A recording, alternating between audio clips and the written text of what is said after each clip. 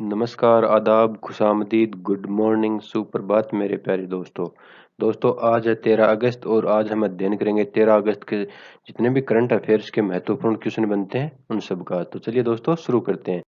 तो दोस्तों first question आपके सामने ये रहा, आईआईए ने अपना कौन सा स्थापना दिवस मनाया है? दोस्तों कौन सा स्थापना दिवस मनाया है दोस्तों? तो दोस्तों 50वां स्थापना दिवस आईआईए ने मनाया है। दोस्तों अब बात करते हैं आईआईए क्या है। तो दोस्तों भारतीय खगोल भौतिकी संस्थान ने अपना 50वां स्थापना दिवस मनाया, यानी आईआईए की फुल फॉर्म क्या है दोस्तों? खगोल भौतिकी संस्थान। दोस्तों आधुनिक भारतीय खगोल भौतिकी संस्थान की स्थापना में योगदान देने वाले डॉक्टर मनाली, कौन दोस्तों? डॉक्टर मनाली, डॉक्टर मलानी कल्लाद वेणु बापू इनका पूरा नाम है। जो इनकी जो खगोल भौतिकी संस्थान में जो योगदान देने वाले जो वैज्ञानिक है उनका क्या नाम है, पूरा नाम क्या है दोस्तों? डॉक्टर मनाली कल्लाद वेणु बापू के जन्मदिन को यह संस्था अपने स्थापना दिवस के रूप में मनाता है। जो आईआईए है वो इनके जन्मदिन को स्थापना दिवस के रूप में मनाता है। इस वर्ष के स्थापना दिवस के साथ ही संस्थान ने अपने अस्तित्व के 50वें वर्ष में प्रवेश किया है। दोस्तों विज्ञान और प्रौद्योगिकी विभाग के सचिव कौन है दोस्तों? आशुतोष शर्मा। और इस जो अभी स्थापना दिवस मनाया गया इसका विषय क्या था दोस्तों? शारीरिक गति का विकास। तो चलिए दोस्तों बढ़ते हैं नेक्स्ट क्वेश्चन की ओर। दोस्तों ये रहा आपके सामने नेक्स्ट क्वेश्चन, आवास एवं शहरी कार्य मंत्रालय की पीएम स्वनिधि योजना के तहत कितने आवेदन प्राप्त हुए हैं? दोस्तों जो कोविड-19 के अंतर्गत जो पीएम स्वनिधि योजना लागू की गई थी उसमें अभी तक कितने आवेदन प्राप्त हो चुके हैं? तो दोस्तों इसमें 5 लाख आवेदन प्राप्त हो चुके हैं। तो दोस्तों अब जानते हैं पीएम स्वनिधि योजना के बारे में। दोस्तों PM street vendors Atmanirbhar Nidhi. दोस्तों पीएम स्वनिधि की फुल फॉर्म क्या है? PM street vendors Atmanirbhar Nidhi. दोस्तों इस योजना के तहत 2 जुलाई 2020 से, कब से दोस्तों? 2 जुलाई 2020 से ऋण देने की प्रक्रिया के शुरू होने के 41 दिन के भीतर ही मंजूर किए गए ऋणों की संख्या और इस योजना के तहत प्राप्त आवेदनों की संख्या क्रमशः 1 लाख और 5 लाख पार कर गई है। यानी कि जो ऋण मंजूर किए हैं उनकी संख्या 1 लाख और इन जो ऋणों की जो आवेदन है, ऋण के आवेदन वो 5 लाख प्राप्त हो चुके हैं, 5 लाख से भी अधिक। इस योजना को लागू करने की जिम्मेदारी है दोस्तों भारतीय लघु उद्योग विकास बैंक को दी गई है। यानी जो भारतीय लघु उद्योग विकास बैंक है उसको इस योजना को लागू करने की जिम्मेदारी दी गई है। दोस्तों पीएम स्वनिधि योजना को आवास एवं शहरी कार्य मंत्रालय ने आत्मनिर्भर भारत अभियान के दायरे में लॉन्च किया था। दोस्तों इस जो योजना थी पीएम स्वनिधि, इसको जो लॉन्च किस मंत्रालय ने किया था दोस्तों? इसको आवास एवं शहरी कार्य मंत्रालय ने लॉन्च किया था। इसका उद्देश्य शहरी क्षेत्रों और उसके आसपास के अर्ध शहरी ग्रामीण क्षेत्रों के लगभग 50 लाख स्ट्रीट वेंडर, दोस्तों स्ट्रीट वेंडर कौन होते हैं? जो रेहड़ी लगा के अपना व्यापार करते हैं, को कोविड-19 यानी जो कोविड-19 के लॉकडाउन के बाद फिर से अपना कारोबार शुरू करने के लिए बिना किसी गारंटी के 1 साल तक की अवधि के लिए 10,000 रुपए तक के कार्यशील पूंजी ऋण की सुविधा देना है। तो चलिए दोस्तों बढ़ते हैं नेक्स्ट क्वेश्चन की ओर। दोस्तों नेक्स्ट क्वेश्चन, अंतर्राष्ट्रीय युवा दिवस 2020 की थीम क्या थी? यानी जो अंतर्राष्ट्रीय युवा दिवस 2020 मनाया गया इसकी थीम क्या थी? तो दोस्तों इसकी थीम थी वैश्विक कार्य के लिए युवाओं की भागीदारी। वैश्विक कार्य के लिए युवाओं की भागीदारी। तो दोस्तों अब जानते हैं जो वैश्विक अंतर्राष्ट्रीय युवा दिवस है इसके बारे में। दोस्तों प्रत्येक साल 12 अगस्त को अंतर्राष्ट्रीय युवा दिवस कब मनाया जाता है दोस्तों? 12 अगस्त को अंतर्राष्ट्रीय इंटरनेशनल यूथ डे मनाया जाता है। साल 1999 में संयुक्त राष्ट्र महासभा की सिफारिश के बाद पहली बार 12 अगस्त 2000 को अंतर्राष्ट्रीय युवा दिवस मनाया गया था। हर साल अंतर्राष्ट्रीय युवा दिवस के लिए संयुक्त राष्ट्र एक थीम का चुनाव करता है। तो दोस्तों ये इसकी सबसे पहले सिफारिश कब की गई? 1999 में। और ये शुरुआत कब से हुई? पहली बार अंतर्राष्ट्रीय यूथ जो इंटरनेशनल यूथ डे है वो कब मनाया गया? 12 अगस्त 2000 को। तो दोस्तों इसके लिए थीम का चुनाव करता है और इस बार 2020 की थीम क्या है दोस्तों? वैश्विक कार्य के लिए युवाओं की भागीदारी। तो दोस्तों अभी बात करते हैं संयुक्त राष्ट्र की। संयुक्त राष्ट्र का मुख्यालय कहाँ है दोस्तों? न्यूयॉर्क में। संयुक्त राष्ट्र में कुल कितने देश हैं दोस्तों? 193। और आधिकारिक भाषाएं कौन कौन सी हैं दोस्तों? अरबी, चीनी, अंग्रेजी, फ्रांसीसी, रूसी और स्पेनी, ये आधिकारिक भाषाएं हैं। और जो संयुक्त राष्ट्र के अध्यक्ष कौन है दोस्तों? Antonio Guterres. और एंटोनियो गुटेरेस कहाँ के हैं दोस्तों? पुर्तगाल के। तो चलिए दोस्तों बढ़ते हैं नेक्स्ट क्वेश्चन की ओर। दोस्तों India's independence and Britishers archives के लेखक कौन है? दोस्तों ये पुस्तक है India's independence and British archives, ये एक पुस्तक है। इसके लेखक कौन है? तो दोस्तों इसके लेखक हैं डॉक्टर कल्याण कल्याण कुमार डे।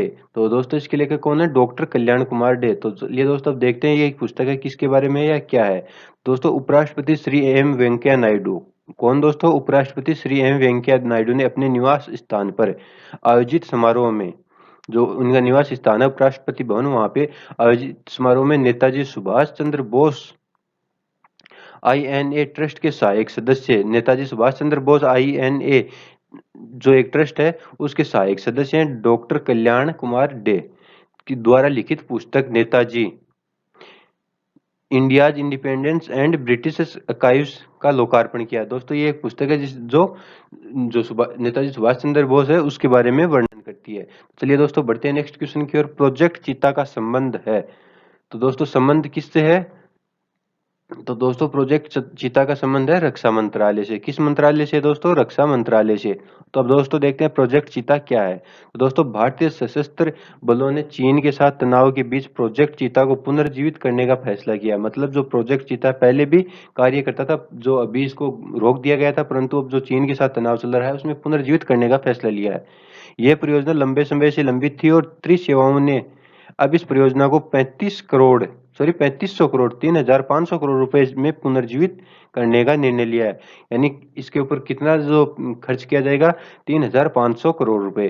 प्रोजेक्ट चीता को पुनर्जीवित करने का प्रस्ताव अजय कुमार के तहत, यानी दोस्तों एक व्यक्ति है अजय कुमार, उसके तहत एक नई गठित उच्च स्तरीय रक्षा मंत्रालय समिति को भेजा गया। यानी जो रक्षा मंत्रालय की एक समिति है, जो उसके अध्यक्ष अजय कुमार है और अजय कुमार के तहत जो उस समिति के तहत उच्च स्तरीय रक्षा मंत्रालय समिति को भेजा गया है। इस योजना के तहत लगभग 90 हेरोन ड्रोन को लेजर निर्देशित बम, हवा से लॉन्च की जाने वाले टैंक रोधी गाइडेड मिसाइलों के साथ अपग्रेड किया जाएगा। यानी इस परियोजना के तहत ही जो भारतीय जो सशस्त्र बल के हैं जो प्रोजेक्ट चीता है उसको अपग्रेड किया जाएगा। तो चलिए दोस्तों बढ़ते हैं नेक्स्ट क्वेश्चन की ओर। विश्व हाथी दिवस निम्न में से किस दिन को मनाया जाता है?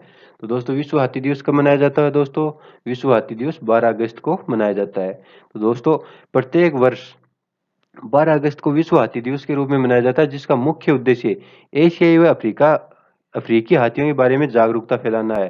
पहली बार 12 अगस्त 2012 को अंतर्राष्ट्रीय गज दिवस के रूप में मनाया गया था। तो दोस्तों गज दिवस है, जो हाथी दिवस को गज दिवस कहते हैं। इसकी शुरुआत साल 2011 में सबसे पहले माइकल क्लार्क तथा पेट्रिशिया सिम्स ने की थी। दोस्तों इसकी जो सबसे पहले शुरुआत 2011 में किसने की थी? माइकल क्लार्क और पेट्रिशिया सिम्स ने की थी। इसका उद्देश्य हाथियों के संरक्षण के प्रति जागरूकता फैलाना, हाथियों के प्राकृतिक आवास की सुरक्षा तथा हाथी दांत के अवैध व्यापार पर रोक लगाना है। तो दोस्तों इस प्रकार से हाथी दिवस के बारे में हमने जानकारी प्राप्त की। तो दोस्तों बढ़ते हैं नेक्स्ट क्वेश्चन की ओर। विदेश मंत्रालय के संयुक्त सचिव मनीष प्रभात को किस देश में भारत के अगले राजदूत के रूप में नियुक्त किया गया है?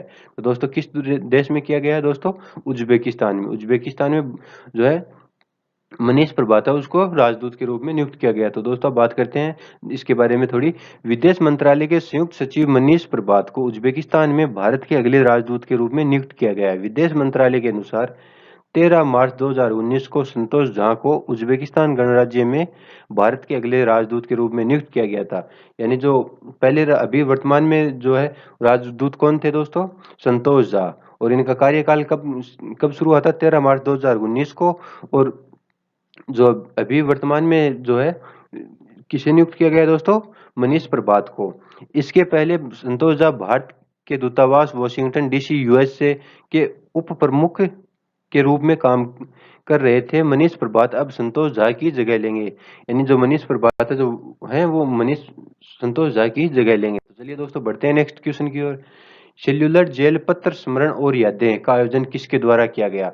दोस्तों ये जो कार्यक्रम है इसका आयोजन किसके द्वारा किया गया? तो दोस्तों इसका आयोजन है जो पर्यटन मंत्रालय द्वारा किया गया। यानी सेलुलर जेल पत्र स्मरण और यादें इस जो आयोजन है कार्यक्रम आयोजन है इसका आयोजन किसके द्वारा किया गया? पर्यटन मंत्रालय द्वारा। तो जानते हैं दोस्तों ये सेलुलर जेल पत्र स्मरण और यादें क्या है? तो दोस्तों भारत अपने 74वें स्वतंत्रता दिवस समारोह को मनाने की तैयारी कर रहा है। यानी कौन अभी जो स्वतंत्रता दिवस कौन सा होगा दोस्तों? 74वां। और पर्यटन मंत्रालय द्वारा देखो अपना भारत। दोस्तों पर्यटन मंत्रालय की एक श्रृंखला चलती है देखो अपना देश। देखो अपना देश जो वेब वेबिनार श्रृंखला के अंतर्गत 10 अगस्त 2020 को सेल्युलर जेल पत्र स्मरण और यादें शीर्षक पर एक वेबिनार आयोजित किया गया, यानी इसको सीधे से बोले तो एक कार्यक्रम आयोजित किया गया 10 अगस्त 2020 को। तो दोस्तों देखो अपना देश वेबिनार श्रृंखला में सेल्युलर जेल पत्र स्मरण और यादें जो 46वां वेबिनार था, इससे पहले 45 वेबिनार देखो अपने देखो अपने देश के अंतर्गत 45 वेबिनार का आयोजन किया जा चुका है और 10 अगस्त को ये 46वां वेबिनार था। तो दोस्तों इस वेबिनार में सेलुलर जेल के गलियारों और सेलों से के माध्यम से भारत के स्वतंत्रता संग्राम की यात्रा को प्रदर्शित किया गया है। यानी इसमें किस चीज का वर्णन किया गया है दोस्तों? जो सेलुलर जेल है, और सेलुलर जेल कहाँ है दोस्तों? अंडमान निकोबार में, पोर्ट ब्लेयर में।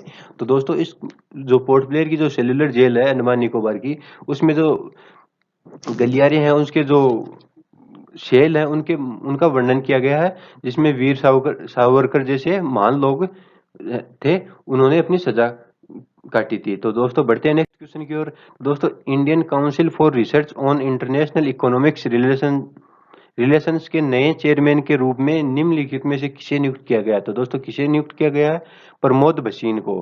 दोस्तों किसे नियुक्त किया गया है? प्रमोद भसीन को है, जो ICRIER के अध्यक्ष के रूप में चुना गया है, सॉरी चेयरमैन के रूप में चुना गया है। तो दोस्तों बात करते हैं ये ICRIER है क्या चीज? दोस्तों Indian council for research on international economics relation के नए चेयरमैन के रूप में प्रमोद भसीन को नियुक्त किया गया है। Pramod Bhasin GE Capital India and Asia के पूर्व अध्यक्ष और CEO रह चुके हैं। वे पेशे से चार्टर अकाउंटेंट है और उन्होंने इसकी डिग्री इंग्लैंड और वेल्स से ली है, यानी इंग्लैंड और वेल्स से इसकी डिग्री प्राप्त की है, और वो Shri Ram college of commerce के छात्र भी रह चुके हैं। तो चलिए दोस्तों बढ़ते हैं नेक्स्ट। तो दोस्तों ये रहा आपका नेक्स्ट क्वेश्चन। वर्ष 2020 के लिए वर्ष 2020 के लिए जांच में उत्कृष्टता के लिए केंद्रीय गृह मंत्री के पदक से कितने पुलिस कर्मियों को सम्मानित किया गया? दोस्तों ये जो अवार्ड है, जिसका नाम है जांच में उत्कृष्टता के लिए केंद्रीय गृह मंत्री पदक, इससे कितने लोग जो पुलिस कर्मी है उनको सम्मानित किया गया है? तो दोस्तों इससे 101 पुलिस कर्मियों को, सॉरी 151 पुलिस कर्मियों को, यानी 151 पुलिस कर्मियों को सम्मानित किया गया है। कितने दोस्तों? कितने पुलिस कर्मियों को सम्मानित किया गया है? 151 पुलिस कर्मियों को। तो दोस्तों बात करते हैं किसके लिए दिया जाता है और क्यों दिया जाता है। दोस्तों वर्ष 2020 के लिए जांच में उत्कृष्टता के लिए केंद्रीय गृह मंत्री पदक से 121 पुलिस कर्मियों को सम्मानित किया गया है। इस पदक की शुरुआत वर्ष 2018 में की गई थी, जिसका उद्देश्य था दोस्तों अपराध की जांच के उच्च प्रोफेशनल मानकों को बढ़ावा देना और जांच अधिकारियों द्वारा जांच में इस तरह की उत्कृष्टता की पहचान करना। यानी जो स्पेशल जो हाई प्रोफाइल्ड केस थे, उनकी जो उनको जांच करने के जो तरीके थे, उनके जो मानक थे, उनको बढ़ावा देना, और उनके जो जांच अधिकारी हैं, उनकी तरफ इस प्रकार की उत्कृष्टता की पहचान देना। यानी स्पेशल जो इस प्रकार की जो जांच करते हैं जो अधिकारी हैं, उनकी निगरानी करना या उनकी पहचान करना, इसका ये इस उद्देश्य के माध्यम से, इस उद्देश्य को प्राप्त करने के लिए जो है जांच में उत्कृष्टता के लिए केंद्रीय गृह मंत्री के पदक जो है प्रदान किया जाता है। तो दोस्तों अब हमारी नेक्स्ट कड़ी में हम पहुंच चुके हैं, जो हमारी जिसका नाम है करंट फायर, यानी करंट फायर के नाम से जो हमने जो एक नई कड़ी शुरुआत की थी, जो नया चैप्टर शुरुआत किया था, उसका बारे में देखते हैं दोस्तों।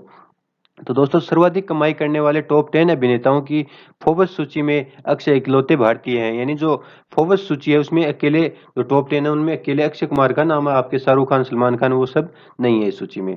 दोस्तों सुप्रीम कोर्ट का बड़ा फैसला, पिता की पैतृक संपत्ति पर बेटी का समान अधिकार, यानी जो बेटी होती है उनको राइट टू इक्विटी के तहत पिता की जो पैतृक संपत्ति है उस पर समान अधिकार दिया गया है। दोस्तों सुप्रीम कोर्ट के 3 जज की बेंच ने मामले की सुनवाई की। सुप्रीम कोर्ट के जस्टिस अरुण मिश्रा ने 11 अगस्त 2020 को उस अपील पर फैसला सुनाया जिसमें कहा गया था कि क्या हिंदू उत्तराधिकारी अधिनियम 2005 का पूर्वव्यापी प्रभाव होगा या नहीं होगा। इसका मतलब यह था कि दोस्तों जो भी पिता की संपत्ति है और जो पुत्री 2005 से पहले पैदा हुई है, क्या उसका भी उस प्रॉपर्टी में अधिकार होगा। तो दोस्तों इस चीज का फैसला सुनाया गया। तो दोस्तों इसमें राइट टू इक्विटी सबकी, जो पिता की जो संतान है, चाहे वो पुत्री हो चाहे पुत्र हो, दोनों को राइट टू इक्विटी दे दिया गया है। दोस्तों इसके बाद बात करते हैं यूएस इलेक्शन 2020 की। दोस्तों भारतीय मूल की कमला हैरिस होगी उपराष्ट्रपति पद की उम्मीदवार। यानी जो अमेरिका में जो भी उपराष्ट्रपति जो यूएस इलेक्शन 2020 होने हैं, उसमें जो उपराष्ट्रपति पद की जो उम्मीदवार कौन होगी दोस्तों? कमला हैरिस। चलिए दोस्तों बढ़ते हैं नेक्स्ट क्वेश्चन की ओर।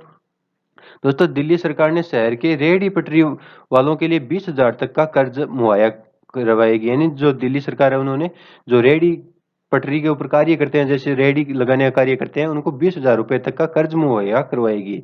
इसके बाद बात करते हैं दोस्तों, प्रधानमंत्री श्री नरेंद्र मोदी ने 13 अगस्त 2020 को पारदर्शी कराधान ईमानदार का सम्मान के लिए प्लेटफॉर्म का लॉन्च करेंगे। यानी जो पारदर्शी कराधान ईमानदार का सम्मान जो प्लेटफॉर्म है वो लॉन्च करेंगे। कब करेंगे दोस्तों? 13 अगस्त 2020 को। तो दोस्तों इसके बाद बात करते हैं, हाल ही में भारत पाकिस्तान सीमा के पास अटारी चेक पोस्ट पर इंडस वाटर ट्रीटी के मुद्दे पर जो सिंधु नदी विवाद है, सिंधु नदी संधि है, जो सिंधु जल विवाद है, उसके मुद्दे पर एक बैठक आयोजित करने के लिए पाकिस्तान द्वारा किए गए अनुरोध से इनकार कर दिया है। इन जो इंडस वाटर ट्रीटी पर जो बैठक होनी थी, उसके लिए भारत ने इनकार कर दिया है और इसका जो प्रस्ताव है वो पाकिस्तान लेके आया था। तो चलिए दोस्तों, आज की इस कड़ी को हम यहीं समाप्त करते हैं। मिलते हैं नेक्स्ट वीडियो में, तब तक के लिए गुड बाय।